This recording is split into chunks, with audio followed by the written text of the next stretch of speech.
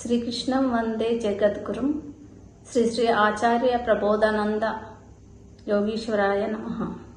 త్రిమత ఏకైక గురువు, ఆధ్యాత్మిక సామ్రాజ్య చక్రవర్తి, సంచలనాత్మక రచయిత, హిందూ జ్ఞాన ధర్మ ప్రదాత శ్రీ శ్రీ ఆచార్య ప్రబోధానంద యోగీశ్వరులకు పాదపద్మములకు నమస్కరిస్తూ, వేమన యోగీశ్వరుడు జన్మదిన సందర్భంగా నాకిచ్చిన పద్యము. తల్లి నెరుగువాడు దైవంబు నెరుగును, మన్ను నెరిగిన వాడు మిన్ను నెరుగును, మన్ను మిన్ను నెరిగిన తన్ను తానెరుగును, విశ్వదా విరామ వినురవేమ.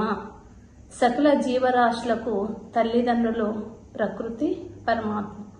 అయితే ఇక్కడ మొదటదైన మనము ఇక్కడ పరమాత్మను తెలుసుకోవాలనంటే తల్లి మొదట తండ్రిని చూపునమాట. తల్లిని తెలుసుకున్న తర్వాతనే తండ్రి మనకు తెలియబడతాడు. అంటే తల్లి అయిన బ్రహ్మ విద్యా శాస్త్ర ప్రకారము తల్లి అయిన ప్రకృతి మాత తండ్రిని చూపునమాట. అంటే ఇక్కడ మనము మన్ను నెరిగిన వాడు మిన్ను నెరుగునంటే, మన్ను అంటే ఇక్కడ మనము భూమి, అంటే మొదటిదైన ఆకాశము తెలియబడినప్పుడు చివరిదైన భూమి మనకు తెలుస్తుంది. అంటే తల్లి మన్ను నెరిగిన వాడు మిన్ను నెరుగును, తన్ను తానెరుగును అంటే ఆకాశము మనకు భూమి తెలియబడినట్టయితే మనకి ఆత్మ కూడా తెలియబడుతుంది అనమాట. అంటే పంచభూతముల భూమి ఆకాశము మనకి ఈ విధంగా అయితే తెలుసుకుంటామో, మన లోపల ప్రకృతి భాగాలైన ఆత్మ మన ప్రకృతితో చేయబడిన మన శరీరం కాబట్టి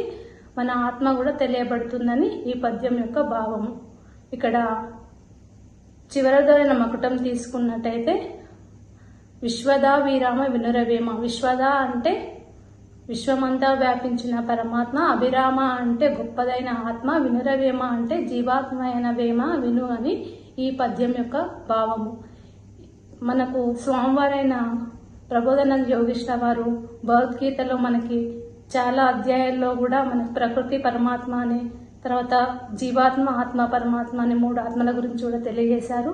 ఆ విధంగానే పురుషోత్తమ ప్రాప్తి యోగం తీసుకున్నట్టయితే అందులో 16-17 శ్లోకాలలో కూడా ఏ విధంగా అయితే పరమాత్మ నుంచి పురుషుడు పరమాత్మ, ఏ విధంగా జీవాత్మ ఆత్మ అని 3 ఆత్మల గురించి కూడా వివరించారు. కాబట్టి స్వామివారి ఇంత గొప్ప జ్ఞానాన్ని ఇచ్చినందుకు ఆయన రచించిన 100 గ్రంథాలు కూడా ఉన్నాయి. అందరూ ఆ గ్రంథాలు తెలుసుకొని ఇంకా ఆయన జ్ఞానం తెలుసుకోవాలని తెలియజేస్తూ నాకు ఈ అవకాశం ఇచ్చిన స్వామివారికి మరొకసారి ధన్యవాదాలు తెలుపుకుంటూ అందరికీ ధన్యవాదములు.